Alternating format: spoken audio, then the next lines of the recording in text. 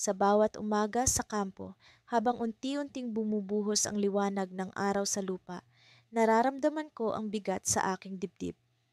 Ako si Marco, isang sundalo na nakikipaglaban sa digmaan na tila walang katapusan. Ngunit sa kabila ng lahat ng ito, isang bagay ang nagpapalakas sa akin, si Clara, ang babaeng iniibig ko. Ang mga alaala namin ay parang mga bituin na nagliliwanag sa madilim na kalangitan ng aking isip. Naalala ko pa noong huli kaming nagkita, ang kanyang mga mata ay nagliliwanag ng pag-asa, kahit nasa gilid ng mga luha. Sinabi niya sa akin na hindi ko siya dapat kalimutan, na ang pagmamahal namin ay ipaglaban ko, kahit pa sa gitna ng digmaan. Isang umaga, habang naglalakad ako sa gilid ng kampo, may natagpuan akong kakaibang bagay. Isang liham na tila isinulat ng isang kamay na puno ng pagmamadali at pangamba. Sa unang tingin, akala ko isa lamang ito sa maraming papel na nagkalat sa kampo. Ngunit nang binasa ko ito, bumalik ang lahat ng alaala. Marco, iniisip kita sa bawat araw na lumilipas. Ang digmaan ay hindi makapagpapabago sa aking nararamdaman. Hanggang sa muli nating pagkikita, Clara. Ang bawat salita ay parang mga patak ng ulan na hindi ko maipaliwanag. Sa gitna ng ingay ng digmaan, ang kanyang mga salita ay naging musika sa aking pandinig. Hindi ko alam kung paano ito napunta sa aking mga kamay, ngunit ang liham na iyon ang naging sandigan ko sa mga susunod na araw. Sa kampo, ang bawat hakbang ay mabigat. Ang takot at pangamba ay nagsimulang maghari, lalo na tuwing gabi. Sa madilim na oras, ang mga kanyon at baril ay nagsisimula ng kanilang malupit na awit. Ang ingay ay hindi maalis sa aking isipan, ngunit sa bawat putok, sa bawat pagsabog, ang mga salita ni Clara ay nagiging sandalan ko. Isang gabi, habang nakahiga sa aking tolda, narinig ko ang mga hakbang na papalapit. Ang tunog nito ay tila may dalang balita. Pumasok si Pedro, kapwa sundalo ko, at may dala siyang mga sulat. Marco, may dumating para sa'yo, sabi niya habang inaabot ang isang liham. Hindi ko alam kung ano ang laman nito, ngunit ang pag-aalala ay bumalot sa akin. Sa gitna ng digmaan, ang bawat liham ay maaaring maging hudyat ng kasawian o pag-asa. Binuksan ko ito at ang mga salita ay tila mga espada na tumusok sa aking puso. Marco, kailangan mong bumalik. Ang mga bagay ay hindi na tulad ng dati. May mga pagbabago na kailangan mong malaman. Huwag kang mag-atubiling bumalik. Ang mga salitang iyon ay bumalot sa akin ng matinding takot. Ano ang ibig sabihin ni Clara? Ano ang nangyayari sa kanya? Sa gitna ng digmaan, ang kanyang liham ay tila isang misteryo na kailangang lutasin. Sa kabila ng panganib, kailangan kong malaman ang katotohanan. Ngunit ang pag-uwi ay hindi madali. Ang digmaan ay tila isang halimaw na hindi basta-basta matatakasan. Ang mga sundalo ay hindi basta-basta makakauwi, lalo na sa kalagitnaan ng labanan. Ngunit ang liham ni Clara ay hindi ko matitiis na hindi bigyang pansin. Habang nakatingin ako sa liham, nararamdaman ko ang pagnanasa na ipaglaban si Clara. Ngunit paano? Sa gitna ng digmaan, ang pag-ibig namin ay tila isang pangarap na mahirap abutin.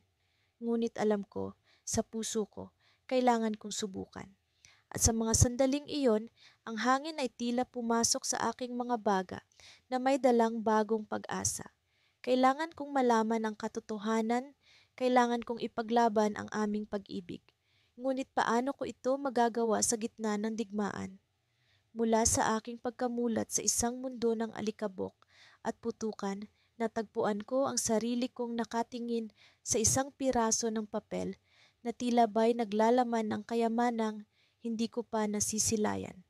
Ang liham na ito, mula sa babaeng iniibig ko, ay tila isang bulong ng pag-asa sa gitna ng kaguluhan. Hindi ko akalaing ang mga salita niya ang magiging gabay ko sa mga araw na puno ng takot at pangamba. Nagsimula ang bawat umaga sa kampo na maiingay ng mga eroplano at sigaw ng mga komandante. Sa bawat hakbang ko, nararamdaman ko ang bigat ng mundo sa aking balikat. Ngunit sa tuwing binubuksan ko ang liham na iniingatan ko sa bulsa ng aking uniforme, nararamdaman ko ang init ng pagmamahal niyang bumabalot sa akin. Ang kanyang mga salita ay tila yakap na nagbibigay lakas sa akin na harapin ang anumang pagsubok. Minamahal kong Manuel, simula ng kanyang liham. Alam kong hindi madali ang sitwasyon mo ngayon. Hindi mo man ako kasama sa giyera. Nasa likod mo ako palagi, nagdarasal sa iyong kaligtasan. Sa bawat pagbasa ko ng kanyang mga salita, nararamdaman ko ang tibok ng puso niya. Ang pagnanasa niyang makasama ako sa kabila ng distansyang naghihiwalay sa amin. Isang araw, matapos ang matinding laban, napilitan kaming magkubli sa isang lumang gusali na halos gumuho na sa mga pag-atake. Habang nakaupo ako sa isang sulok, kasama ang mga kapwa sundalo na tulad kong pagod na, muling bumalik sa akin ang alaala ng aming mga sandali bago ako sumabak sa digmaan. Ang kanyang mga mata, puno ng pangarap at pag-asa, ay nagbibigay sa akin ng lakas na bumangon sa bawat pagkadapa. Sa gitna ng mga hikbi ng hangin at tunog ng mga sumasabog na bomba, nabaling ang tingin ko sa isang sulok ng silid kung saan may mga lumang dokumento at papel na nagkalat. Sa aking pag-usisa, natagpuan ko ang isang piraso ng papel na tila bagay pamilyar. Isa itong liham, ngunit hindi mula sa kanya. Sa halip, ito ay mula sa isang sundalo na hindi ko kilala. Ngunit ang mga salitang nakasulat dito ay nagdala ng kakaibang damdamin sa akin. Para sa aking pinakamamahal, simula ng liham. Sa gitna ng digmaan, narito ako. Iniisip ang mga araw na magkasama tayo. Ang mga pangako na binitiwan natin sa ilalim ng mga tala. Habang binabasa ko ang liham, naramdaman ko ang lalim ng pagmamahal ng sundalong ito para sa kanyang iniibig. Tila ba'y naririnig ko ang pintig ng puso niya, ang pagnanasa niyang makabalik sa piling ng babaeng iniibig niya. Ngunit ang huling bahagi ng liham ay nagdala ng kakaibang mensahe.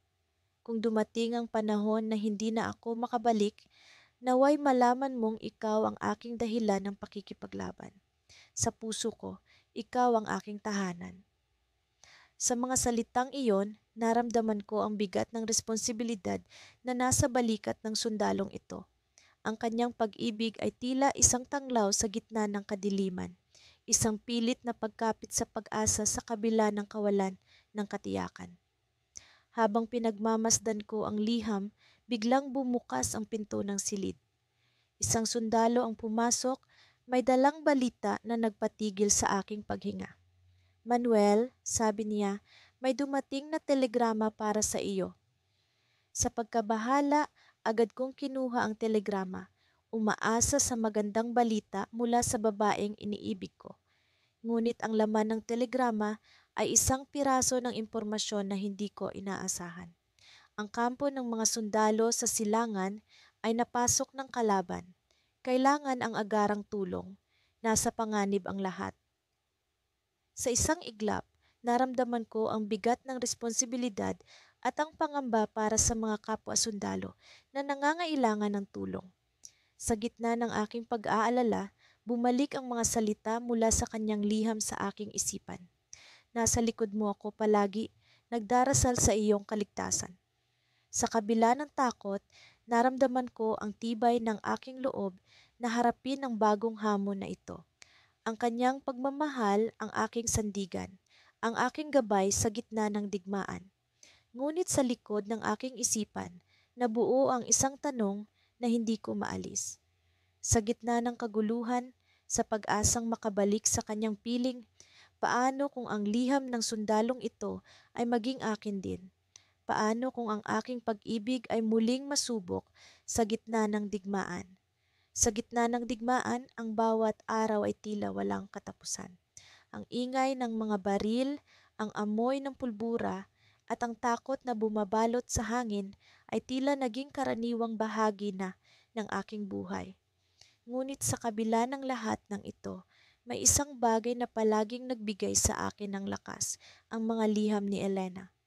Si Elena ang babaeng iniibig ko. Ang kanyang mga salita ay palaging puno ng pag-asa at pagmamahal kahit pa hindi niya lubos na nauunawaan ang hirap ng kalagayan ko dito.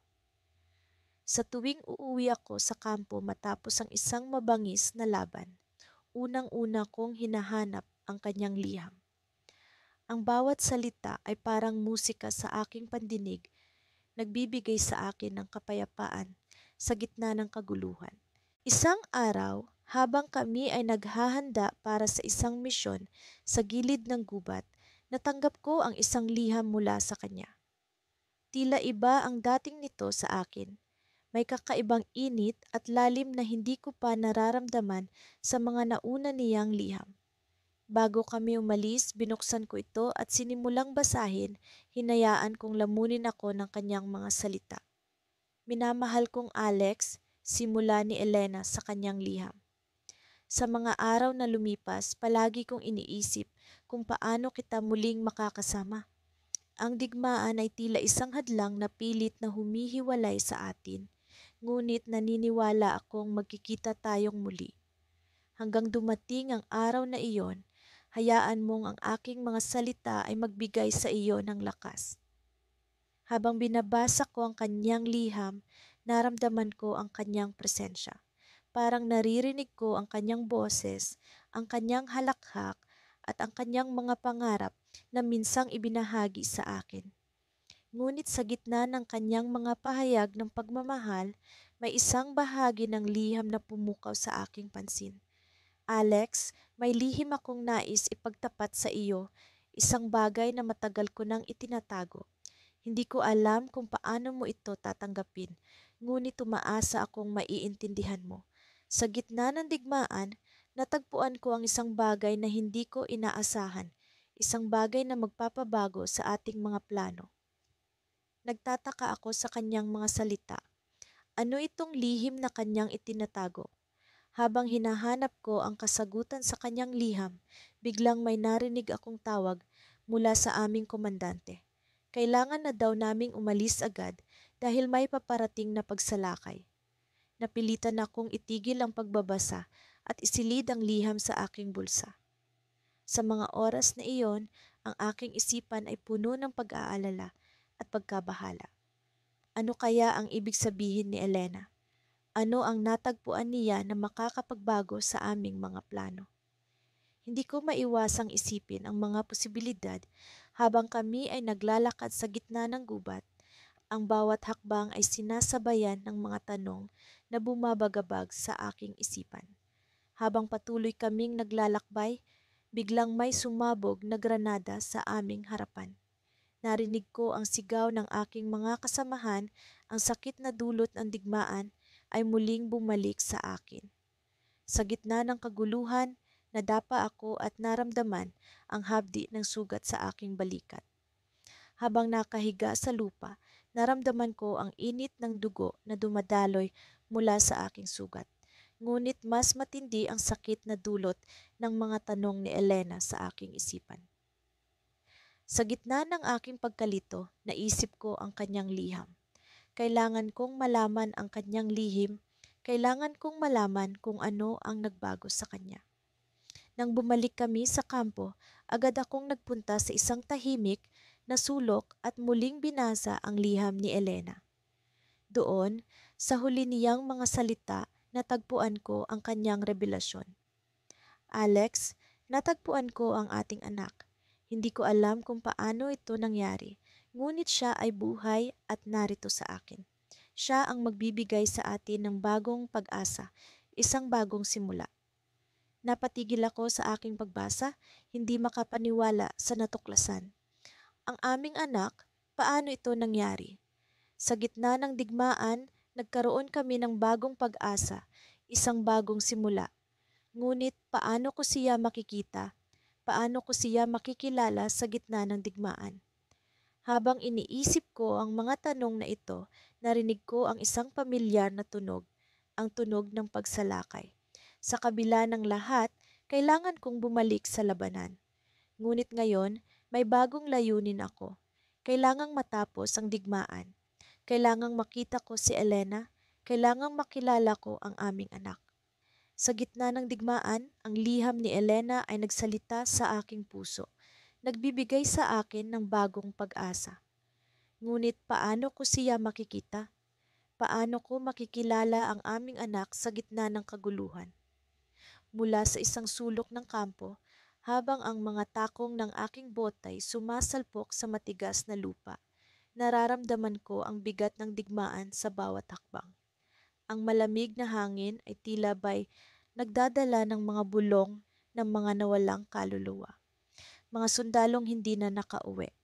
Sa kabila ng ingay ng mga bomba at putok ng baril, ang aking isip ay nasa isang tahimik na sulok, sa isang babae na matagal ko nang iniibig, si Clara.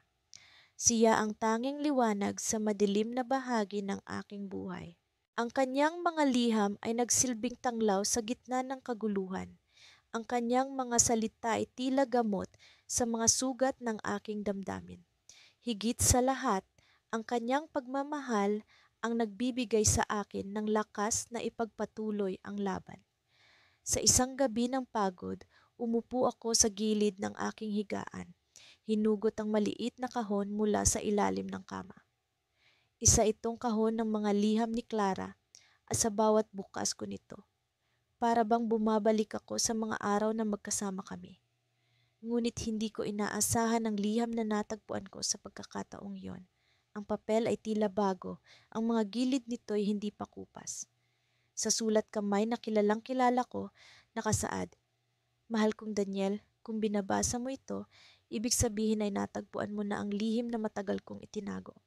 Alam kong maaaring maguluhan ka, ngunit nais kong malaman mong mahal kita higit pa sa anumang bagay. Ang digmaan ay hindi lamang sa labas, kundi pati na rin sa loob ng aking puso. Sa bawat liham na isinulat ko sa iyo, may parte ng aking sarili ang nananatiling hindi ko na ibabahagi. Ngayon, oras na para malaman mo. May isang gabi, bago ka nagpunta sa digmaan, isang lihim ang ibinulong sa akin. Isang lihim na nagbigay ng takot, ngunit kasabay nito ay pag-asa. Daniel, may anak tayo? Oo, hindi ko ito nasabi sa iyo noon. Hindi ko alam kung papaano o kung kailan. Ngunit siya ay narito na, at bawat araw ay lumalaki ang pag-asang makikita kaniya. Ang bawat pag-asa na dala ng kanyang nangiti ay nagiging lakas ko rin. Sa kabila ng panganib, umaasa akong makakauwi ka, hindi lamang para sa akin, kundi para sa kanya. Mahal kita, Daniel. Alam kong magugulat ka sa balitang ito, ngunit sa kabila ng lahat, umaasa akong maiintindihan mo. Pag-ibig at pag-asa, Clara. Sa pagbasa ko ng huling talata, ang mundo ko'y tila isang malaking alon na bumangga sa akin. Ang damdamin ko'y naghalo, galak, takot, pag-aalinlangan. May anak kami ni Clara. Isang malupit na digmaan ang naghiwalay sa amin, ngunit isang bagong buhay ang nag-uugnay muli sa amin. Hindi ko maiwasang isipin kung paano ko haharapin ang bagong balita. Paano kung hindi na ako makauwi? Paano kung hindi ko siya makilala? Ngunit sa kabila ng takot, naroon ang pag-asa. Alam kong hindi ko maaaring pabayaan ang responsibilidad na ito.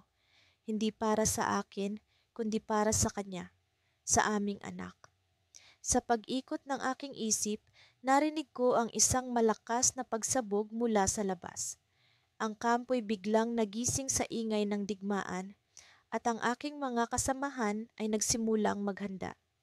Sa gitna ng kaguluhan, ang aking puso'y tila naipit sa pagitan ng dalawang mundo, ang digmaan na hindi ko matakasan at ang tahanan na hindi ko pa natatagpuan.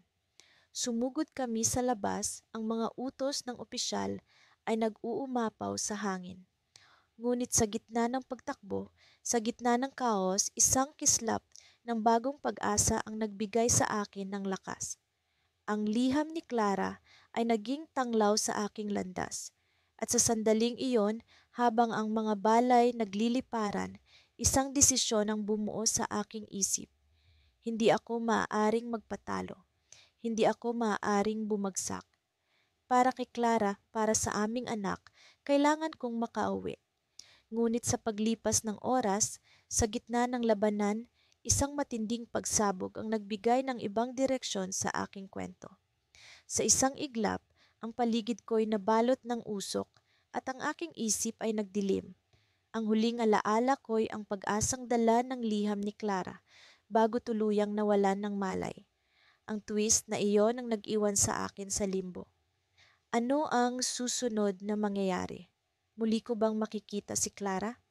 Makikilala ko ba ang anak namin? Ang lahat ng ito'y nakabitin sa hangin. Ang digmaan ay nagpatuloy, ngunit ang pag-asa'y hindi namatay. Ngayon, sa bawat paghinga, sa bawat tibok ng puso, alam kong may dahilan ako para lumaban. Hindi lamang para sa bansa, kundi para sa pamilya na iniwan ko at para sa bagong pag-asa na nag-uugnay sa aming mga puso. Sa kalagitnaan ng digmaan, ang bawat araw ay tila walang katiyakan. Ang bawat hakbang na aking ginagawa ay parang isang hakbang patungo sa hindi alam. Subalit, sa gitna ng kaguluhan at takot, isang bagay ang nagbibigay sa akin ng lakas at pag-asa, ang mga liham mula sa iyo. Sinikap kong itago ang mga ito sa aking bulsa, malapit sa aking puso. Sa tuwing naririnig ko ang ingay ng mga pagsabog o sa tuwing nakikita ko ang mga kasamahan kong nabubuwal, ako'y nagtatago sa likod ng isang pader at binubuksan ang isa sa mga liham. Ang mga salitang nakasulat ay parang mga paghaplos na nagpapakalma sa aking naguguluhang isip. Ang iyong mga mensahe ay parang musika na nagbibigay liwanag sa madilim na kapaligiran. Minamahal kong Elias, nakasulat sa isa sa iyong mga liham. Hindi ko alam kung kailan kita muling makikita. Ang bawat araw na lumilipas ay puno ng pangarap at pagnanais na makapiling ka. Sa bawat pagsikat ng araw, umaasa akong ligtas ka at babalik sa akin. Habang binabasa ko ito, nararamdaman ko ang init ng iyong pagmamahal. Ang iyong mga pangarap ay naging aking inspirasyon upang manatiling buhay at patuloy na lumaban.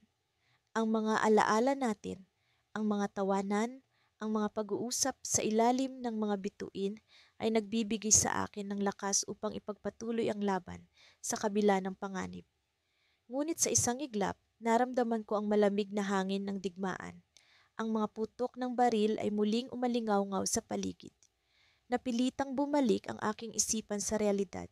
Kailangan kong magpatuloy sa aking misyon, kailangan kong manatiling matapang para sa iyo. Sa tuwing ako'y nag-iisa, naiisip ko ang ating mga plano. Ang bahay na gusto nating itayo, ang simpleng buhay na nai-imagine nating magkasama. Ang mga pangarap na ito ay parang mga bituin na nagbibigay liwanag sa aking landas. Ngunit sa likod ng bawat pangarap ay naroon ang takot na baka hindi ko ito matupad. Isang gabi, habang naglalakad kami ng aking mga kasamahan sa isang madilim na kagubatan, biglang may narinig kaming kaluskos. Ang aming mga puso ay tumibok ng mabilis at kami agad na naghanda. Dumapa kami sa lupa, hawak ang aming mga sandata. Ang katahimikan ay nakakatakot at ang malamig na hangin ay dumampi sa aking balat. Sa gitna ng kaguluhan, naramdaman kong may bumagsak sa harapan ko. Isang piraso ng papel, marahil ay nilipad ng hangin mula sa kung saan. Kinuha ko ito at nagulat ako sa aking nabasa. Isang liham, ngunit hindi mula sa iyo. Ang pagkakakilala ko sa sulat kamay ay hindi maikakaila. Ito ay mula sa isang tao na hindi ko inaasahan. Kung nababasa mo ito, Elias, alam mong hindi ka pa rin nag-iisa. Hindi mo alam kung sino ako, ngunit ako'y nararito upang tulungan ka. May bagay kang hindi pa nalalaman, isang lihim na magbabago sa iyong pananaw. Ang liham na ito ay nagbigay sa akin ng matinding pag-aalala. Sino ang nagpadala nito? Ano ang lihim na tinutukoy ng sulat?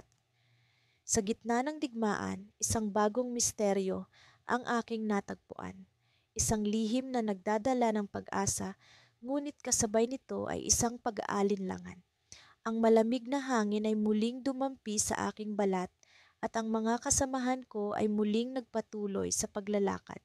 Subalit ako'y naiwan, nakaluhod sa lupa, hawak ang liham na ito sa aking mga kamay. Sa gabing iyon, habang ang mga bituin ay kumikislap sa kalangitan, ako'y nag-isip. May bagong pag-asa, ngunit kasama nito ang mga tanong na hindi ko pa kayang sagutin. Sa likod ng bawat liham na natatanggap ko mula sa iyo, ngayon ay may isa pang liham na nagdadala ng bagong pag-aasa. Subalit sino ang nagpadala nito at ano ang lihim na tinutukoy? Sa gitna ng digmaan, ang aking puso ay muling tumibok ng mabilis, hindi lamang dahil sa takot, ngunit dahil sa misteryo na kailangan kong tuklasin. Sa susunod na araw, habang ang mga kasamahan ko ay nag-uusap tungkol sa aming susunod na hakbang, ako'y nag-iisip. Sino ang taong ito? Ano ang kanyang pakay? Sa gitna ng digmaan, isang bagong kabanata ang nagbukas, puno ng pag-asa ngunit may kasamang panganib. At sa gitna ng lahat ng ito, ang aking pag-ibig sa iyo ang nananatiling matatag. Ang mga liham mo ay nagsisilbing gabay sa aking landas. Ngunit ngayon, may bagong tanong na bumabagabag sa aking isipan. Sino ang nagpadala ng misteryosong liham at ano ang lihim na maaaring magbago sa lahat ng bagay? Sa gitna ng kaguluhan at tunog ng mga bomba na sumasabog sa paligid, nakahanap ako ng isang piraso ng katahimikan sa pamamagitan ng pag-iisip kay Elisa. Sa gitna ng digmaan, siya ang aking kanlungan. Sa bawat paghinga ko, siya ang nasa isip ko. Ang kanyang mga mata na tila mga bituin sa kalangitan. Ang kanyang ngiti na nagbibigay liwanag sa pinakadilim na bahagi ng aking puso. Ang munting liham na natagpuan ko sa gitna ng kaguluhan ay siyang naging tanglaw ko sa dilim. Sa tuwing magkakaroon ako ng pagkakataon, inuukit ko ang kanyang pangalan sa lupa. Isang simpleng kilos na nagbibigay sa akin ng lakas. Ang kanyang pangalan ay parang isang panalangin na paulit-ulit kong binibigkas. Umaasa na ang mga hangin ng digmaan ay dadalhin ito sa kanya. Hindi ko makalimutan ang huling pagkakataon na nagkita kami. Sa ilalim ng mga puno ng mangga, sinabi niya sa akin ang mga salitang bumago sa aking buhay. Maghintay ka, bumalik ka sa akin, ang sabi niya habang hinahaplos ang aking mukha. Ang kanyang mga mata ay puno ng pag-asa at takot, isang halo na nagtulak sa akin na ipangako sa sarili ko na babalik ako sa kanya kahit ano pa ang mangyari. Ang digmaan ay patuloy na nag-iiba ng anyo. Ngunit sa aking isipan, palaging may isang matatag na imahe. Ang imahe ni Elisa, ang kanyang mga mata, ang kanyang ngiti. Sa bawat pagsalakay, sa bawat pag-atake, iniisip ko ang kanyang mga salitang bumabalot sa akin tulad ng isang balabal. Ngunit sa kabila ng aking pag-asa, ang realidad ay nagdadala ng mga hindi inaasahang pangyayari. Isang gabi, habang ang ulan ay walang tigil na bumuhos, napansin ko ang isang maliit na sobre na nakalapag sa gilid ng aking kama sa kampo. Ang sobre ay may nakasulat na pangalan ko, pamilyar ang sulat kamay. Ang puso ko ay pumintig ng mabilis, ang aking hininga ay tila naglaho sa aking dibdib. Agad kong binuksan ang sobre, umaasa ngunit natatakot sa laman nito. Ang liham ay mula kay Elisa. Ang kanyang mga salita ay puno ng pagmamahal at pangungulila.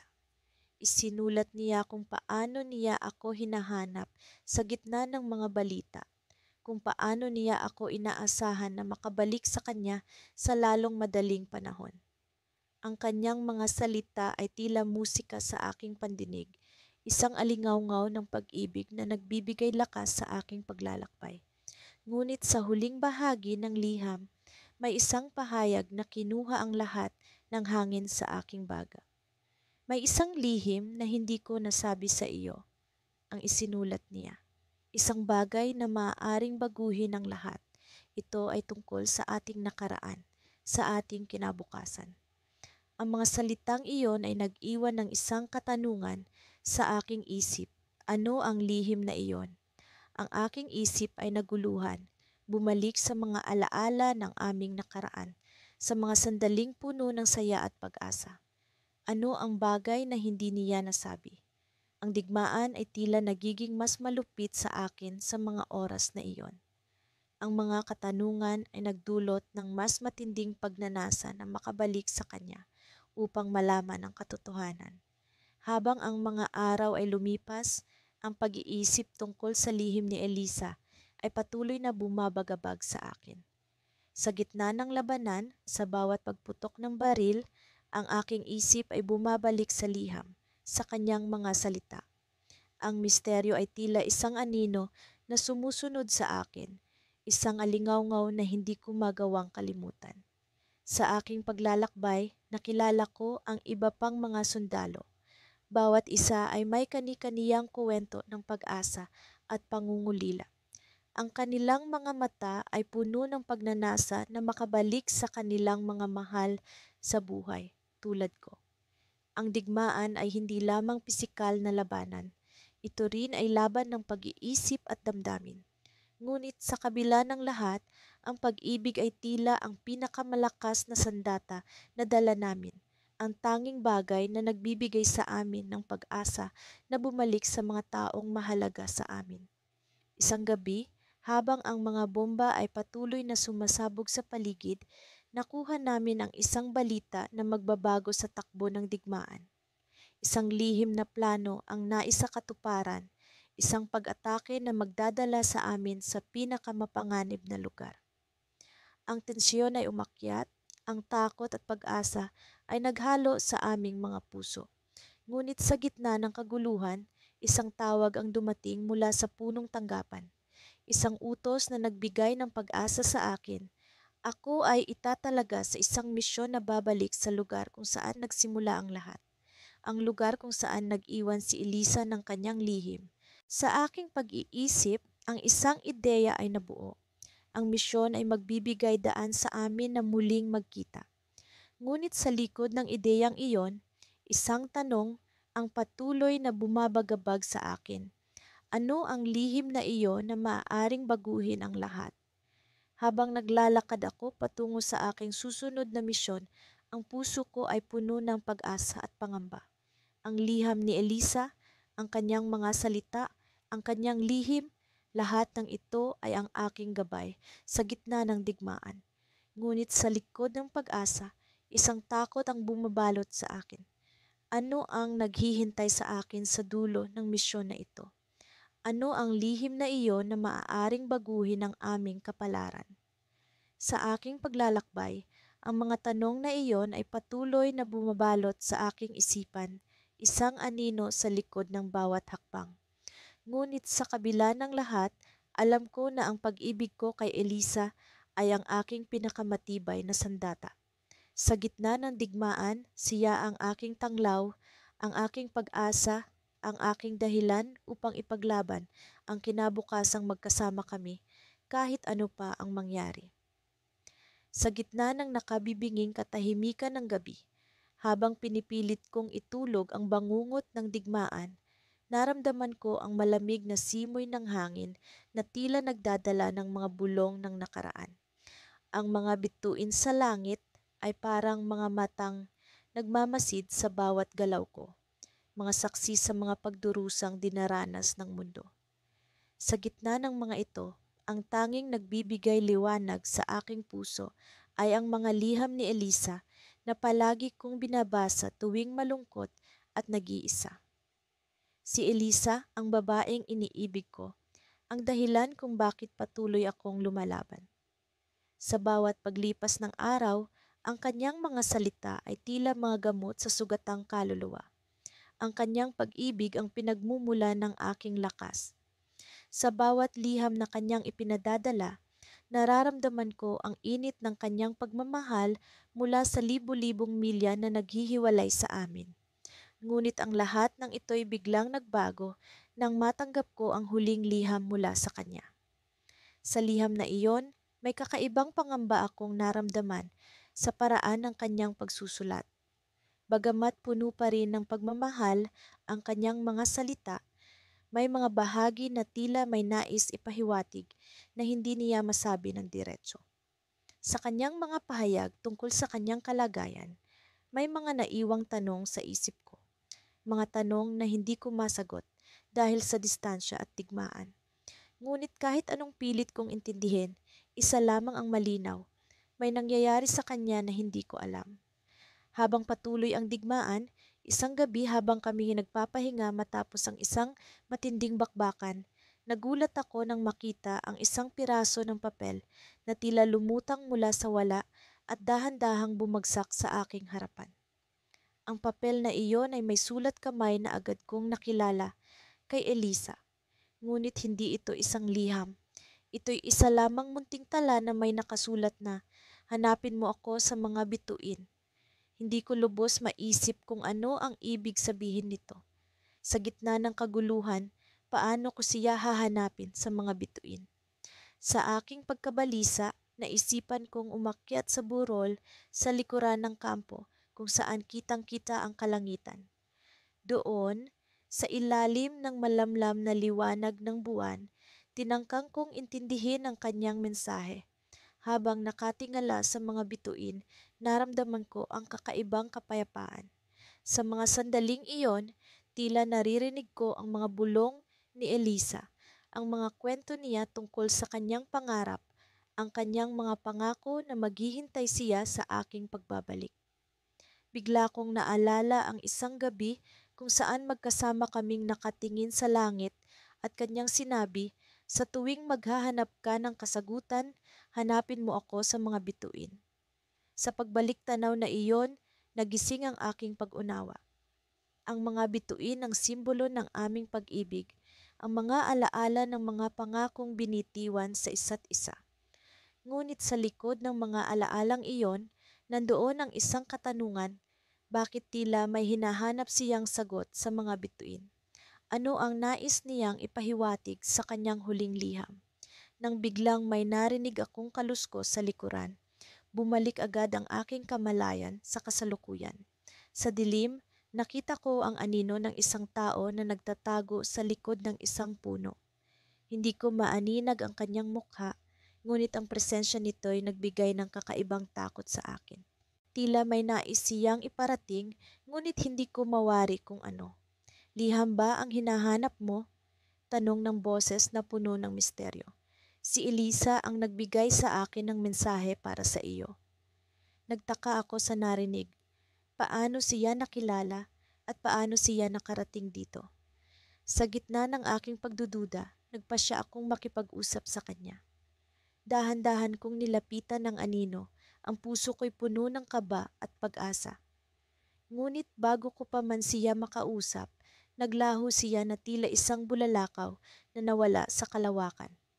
Sa kanyang pag-alis, iniwan niya ang isang liham na naglalaman ng sagot sa aking mga tanong. Sa pagkuha ko nito, naramdaman ko ang bigat ng katotohanan na nakapaloob sa papel. Ang liham na ito ang magbibigay linaw sa misteryo na bumabalot sa aming pag-ibig sa gitna ng digmaan. Ngunit sa pagbukas ko nito, natagpuan ko ang sarili sa isang cliffhanger, isang liham na nagsasabing, "Hindi mo na ako matatagpuan, ngunit ang mga bituin ang magiging gabay mo sa pag-unawa ng aking pagkawala." Sa bawat pagsikat ng araw sa kampo, tila ba isang bagong yugto ng buhay ang aking nararanasan. Ang digmaan ay hindi lamang laban ng mga sandata. Ito'y laban din ng damdamin at kalooban.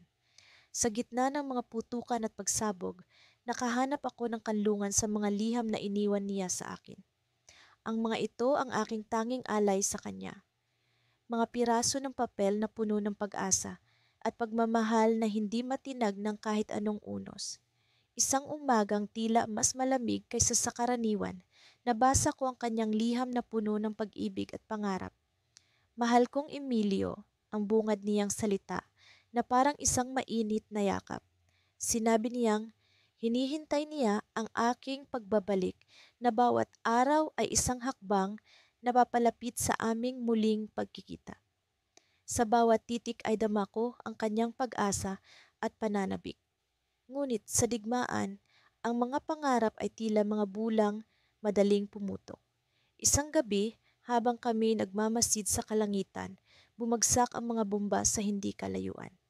Ang ingay ng pagsabog ay tila marahas na paggising sa akin sa isang bangungot. Sa gitna ng kaguluhan, isang liham na hindi ko inaasahang matutuklasan ang nagbigay liwanag sa akin. Sa aming kampo, natagpuan ko ang isang lumang kahon na puno ng mga sulat. Kakaiba ito dahil hindi ito mga liham mula sa mga kasamahan kong sundalo. Isa itong koleksyon ng mga liham mula sa iba't ibang tao, mga estranghero na hindi ko kilala. Isang liham ang nakatawag ng aking pansin.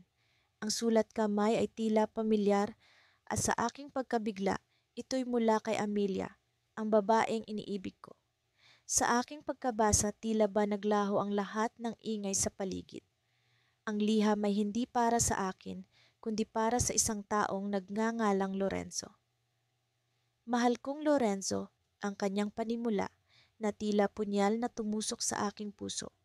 Inilarawan niya ang kanyang pagmamahal kay Lorenzo kung paano niya ito hinahanap-hanap sa bawat araw na lumilipas. Ang kanyang mga salita ay puno ng ligaya at sakit na para bang may lihim siyang hindi kayang ipahayag. Puno ng pagtataka ang aking isipan. Sino si Lorenzo? Paano siya naging bahagi ng buhay ni Amelia? Sa mga sumunod na araw, hindi ko maiwasang pagdudahan ang lahat ng aming pinagsamahan. Ang mga alaala ng aming mga tawanan, ang mga pangarap naming magkasama, lahat ng ito'y tila nagkaroon ng ibang kahulugan.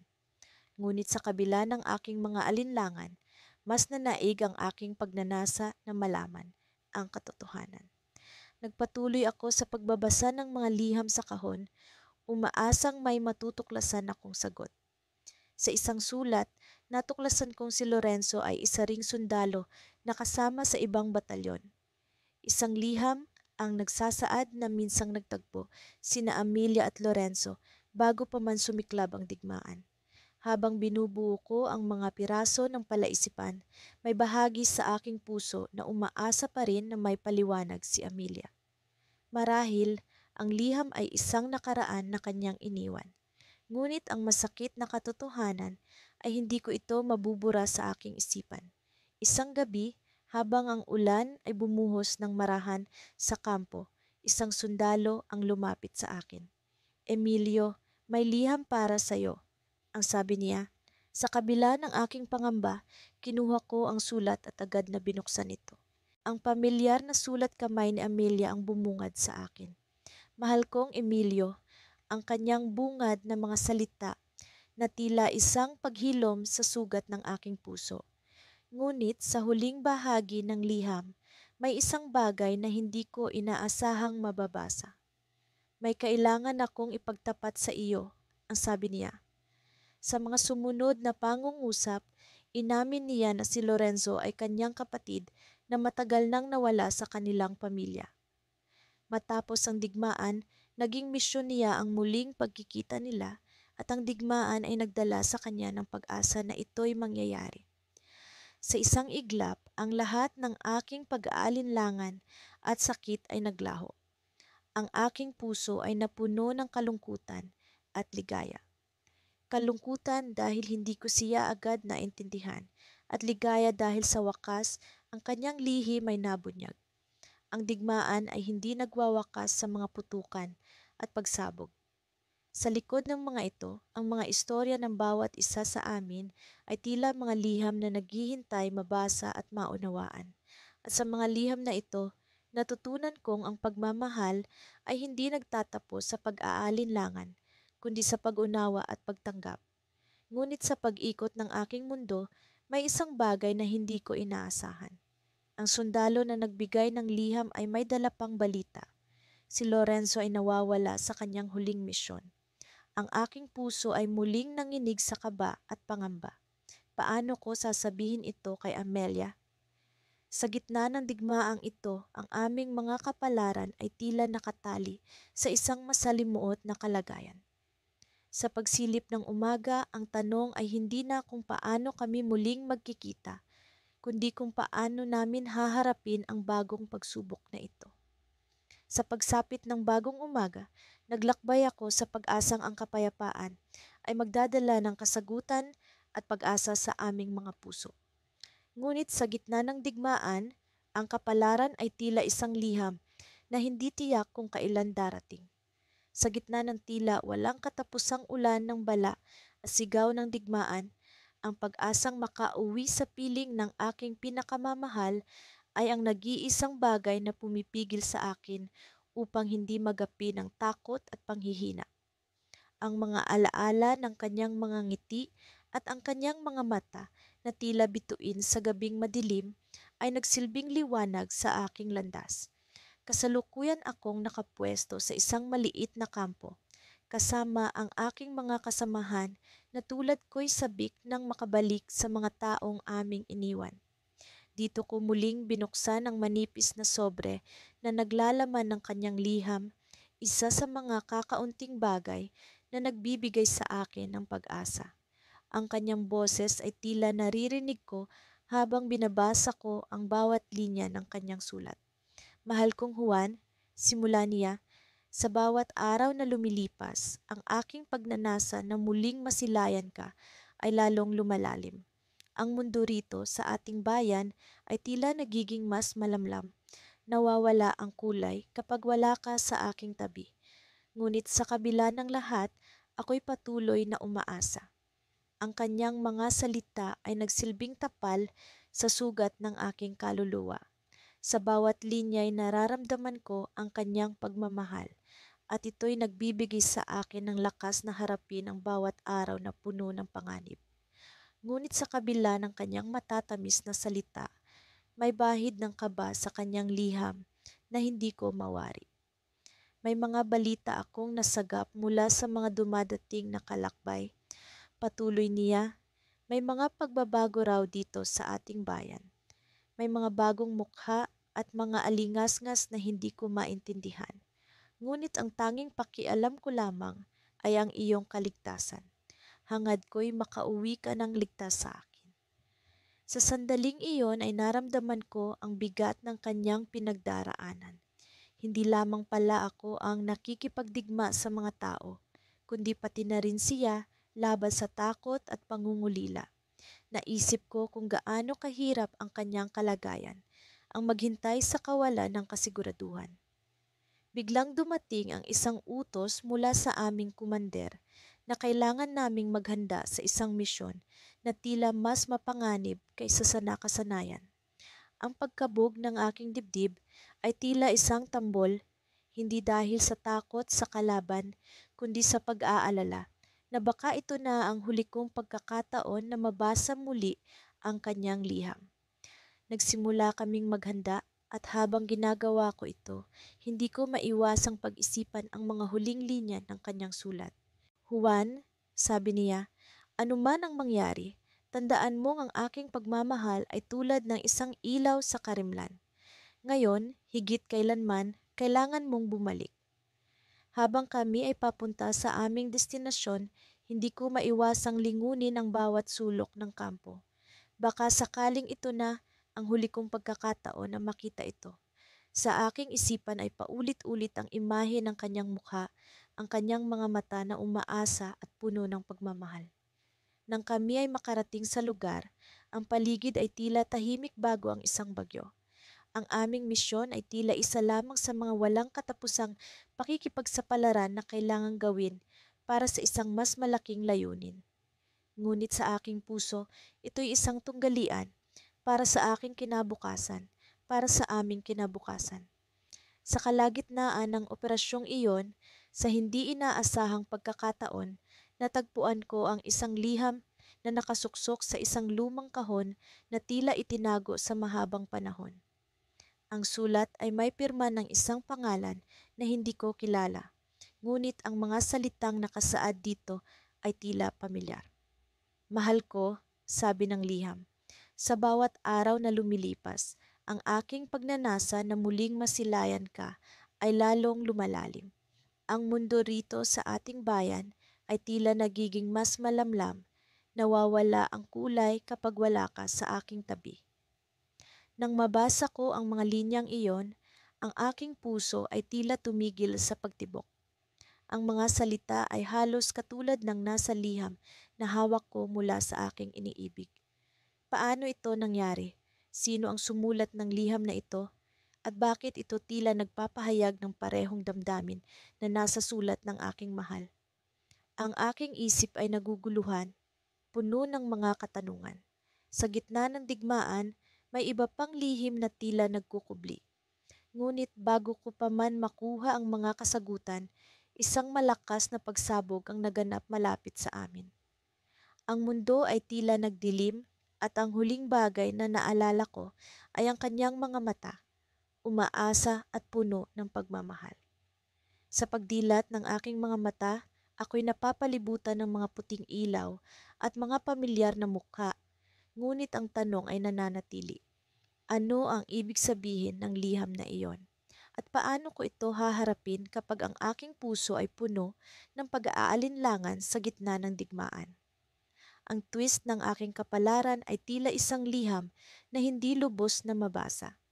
Ngunit sa kabila ng lahat, ako'y patuloy na umaasa na ang aking pag-uwi ay magdadala ng kasagutan sa mga tanong na ito.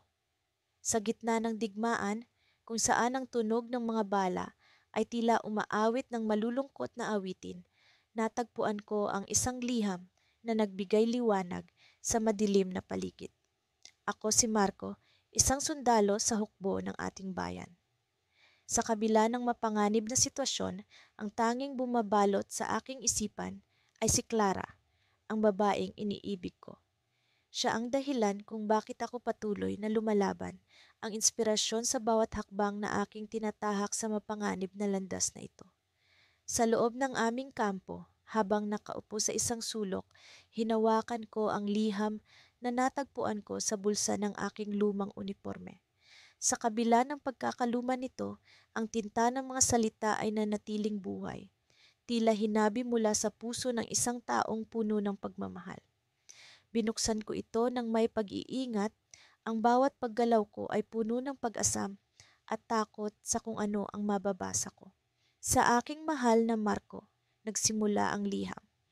Ang mga salitang ito ay tila boses ni Clara, ang boses na matagal ko nang hindi naririnig. Sa kabila ng kalungkutan, ang kanyang mga salita ay puno ng pag-asa. Ipinahayag niya kung gaano niya ako namimiss, kung gaano niya pinahahalagahan ang bawat sandali ng aming pagsasama bago ang digmaan ay kumitil sa aming mga pangarap. Ang kanyang sinseridad ay damang-dama ko. Bawat pahayag ay tila yakap mula sa kanya, isang yakap na matagal ko nang inaasam. Habang patuloy kong binabasa, nalaman ko ang kanyang mga pangarap para sa aming dalawa. Nais niyang bumuo ng munting tahanan kung saan ang mga halakhak namin ay magiging musika sa bawat sulok. Ang kanyang mga pangarap ay tila naging akin na rin, isang pangarap na magbibigay ng lakas sa akin sa bawat araw na puno ng peligro.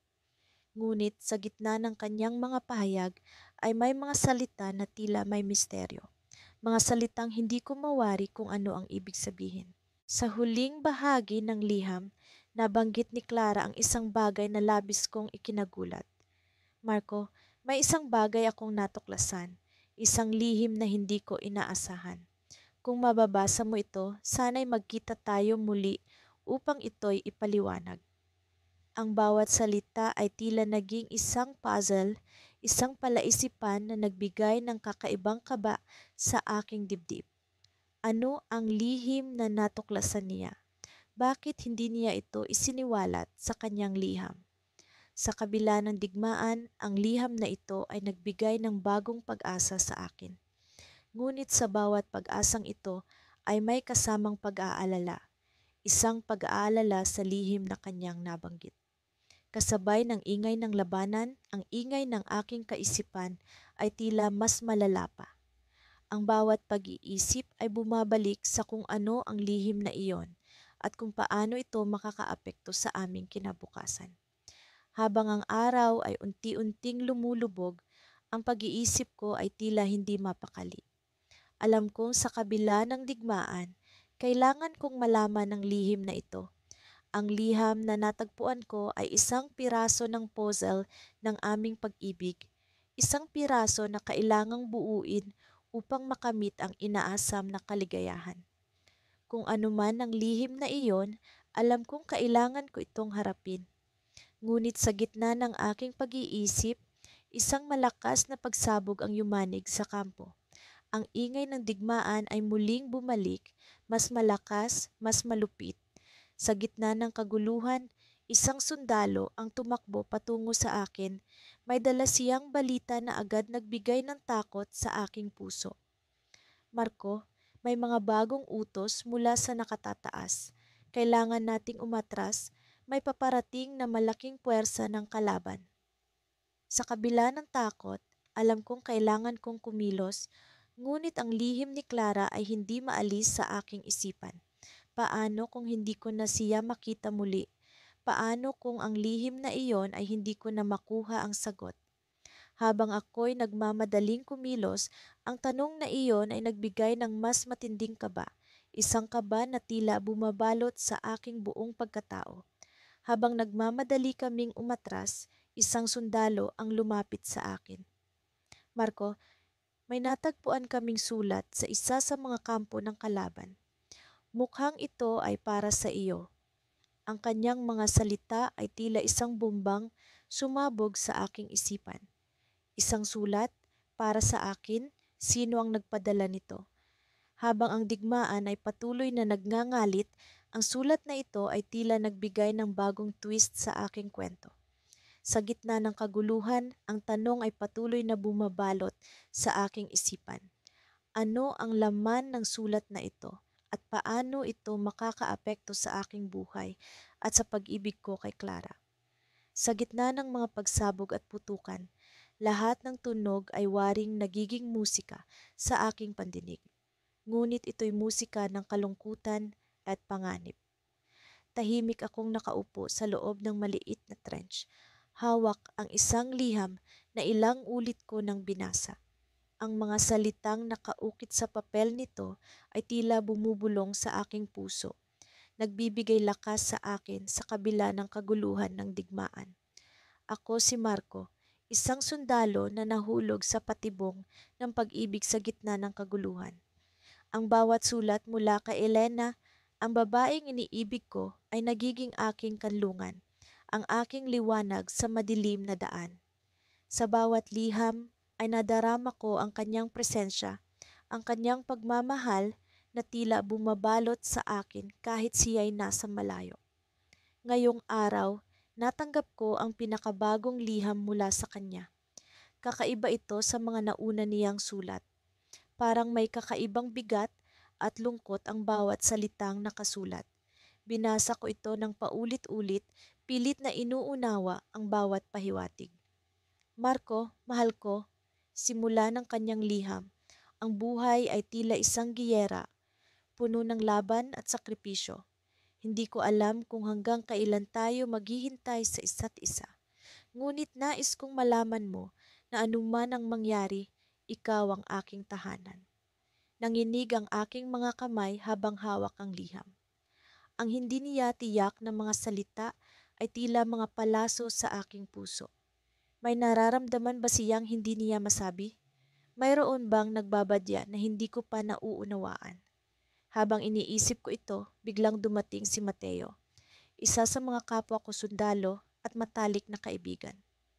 Marco, oras na para sa susunod na misyon, sabi niya habang bitbit ang kanyang baril. Tumango ako at itinago ang liham sa loob ng aking jacket, malapit sa aking puso. Sa bawat hakbang ko palayo sa trench, pakiramdam ko'y kasama ko si Elena. Ang kanyang pagmamahal ang nagsisilbing kalasag ko laban sa takot. Sa gitna ng misyon, habang kami naglalakad sa isang abandonadong gusali, napansin ko ang isang bagay na kumikinang sa sahig. Lumapit ako at nakita ko ang isang maliit na kahon na yari sa pilak. Nagtataka kong binuksan ito at nakita ang mga lumang litrato at isang liham na nakasulat sa banyagang wika. Ang mga litratong iyon ay larawan ng isang sundalo at isang babaeng may hawig kay Elena. Habang pinagmamasdan ko ang mga larawan, may narinig akong mga yabag. Agad akong nagkubli at nakita ang isang matandang lalaki na may dalang baril. ang kanyang mga matay puno ng lungkot at galit habang tinitingnan ang mga litrato. Tila may nais siyang iparating, ngunit hindi ko maunawaan. Nang bumalik ako sa kampo, hindi mawaglit sa isip ko ang nakita kong mga larawan. May koneksyon ba ito kay Elena? Ano ang ibig sabihin ng lahat ng ito? Ang mga tanong na ito ay naging pabigat sa aking isipan habang pilit kong iniuugnay ang mga piraso ng palaisipan. Nang gabing iyon, habang nakahiga ako sa ilalim ng mga bituin, hindi ko maiwasang makaramdam ng kaba. Ano ang ibig sabihin ng liham ni Elena? At ang mga litratong iyon, may kinalaman ba ito sa kanya? Ang mga tanong na ito ay patuloy na bumabagabag sa akin, tila mga aninong hindi mapawi. Kinabukasan, bago pa man sumikat ang araw, nagpasya akong sumulat kay Elena. Mahal kong Elena, simula ng aking liham, may mga bagay na bumabagabag sa akin, mga tanong na hindi ko mahanapan ng kasagutan. Sana'y makapag-usap tayo sa lalong madaling panahon. Ikaw ang tanging pag-asa ko sa gitna ng kaguluhan. Habang sinusulat ko ito, narinig ko ang isang malakas na pagsabog sa di kalayuan. Agad akong nagmamadaling lumabas, hawak pa rin ang liham. Sa labas nakita ko ang gulo at takot sa mukha ng aking mga kasamahan. Ang kampo ay nasa ilalim ng pag-atake at wala kaming oras para maghanda.